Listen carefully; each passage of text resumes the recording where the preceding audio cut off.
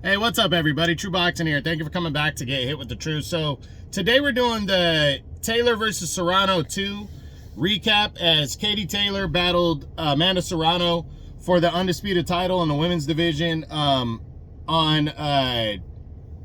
Friday, November 15th, as they competed in the on the Netflix Tyson and Paul undercard. As this is a rematch from their first battle a couple years ago in 2022 that Katie Taylor took a very close split decision in. Now, before we get into that, if you could smash the like button, leave a comment, or subscribe to the channel, I really do appreciate any and all support that I can get as I continue to build my channel here.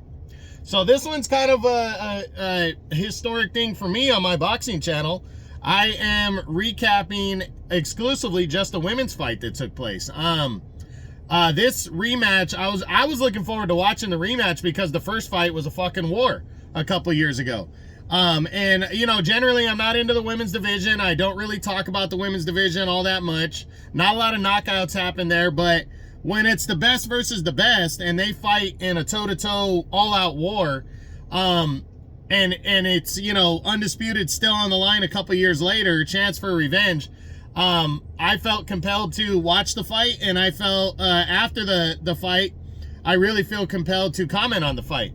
And this was a really good rematch, but I was very disappointed in the judges. I truly feel that Katie Taylor lost this fight. Amanda Serrano landed 107 more punches. There was the extra point edge because of the headbutt that Katie Taylor did after repeated headbutts, the point deduction. And I honestly thought Serrano won a convincing decision, and they gave it to Katie Taylor. Now, Katie Taylor was landing some good combinations in the second half of the fight in particular. She was definitely in the fight. She had stormed back, and those rounds were close in the second half, but I thought the first half of the fight, absolutely Amanda Serrano was outworking her and winning those rounds, and she was also pushing the pace. And that's what sucks, because you don't know what judges are looking at.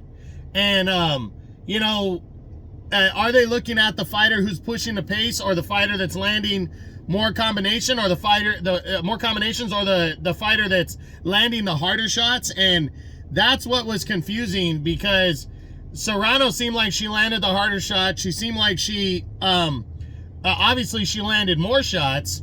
And I just didn't think it was really something that, it was close-ish.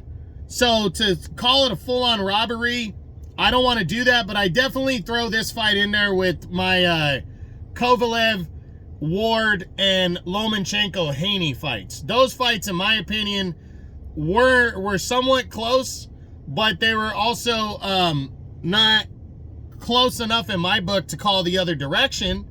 I didn't think the other fighter won, but it was a somewhat close fight, even though I didn't think the other guy won, or the other person won in this fight. And I like Katie Taylor. She's been a dominant champion, but I thought she lost. I thought she lost for sure.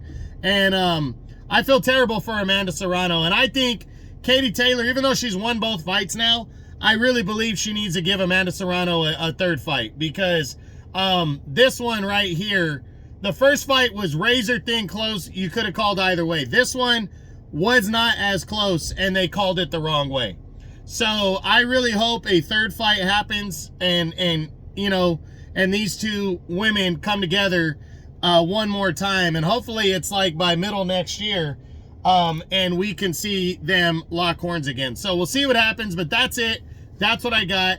That's my Taylor versus Serrano 2 Netflix recap as they collided on Saturday, November 15th for the undisputed world title. I hope you enjoyed the video. If you did, smash the like button, leave a comment, or subscribe to the channel. I appreciate any and all support.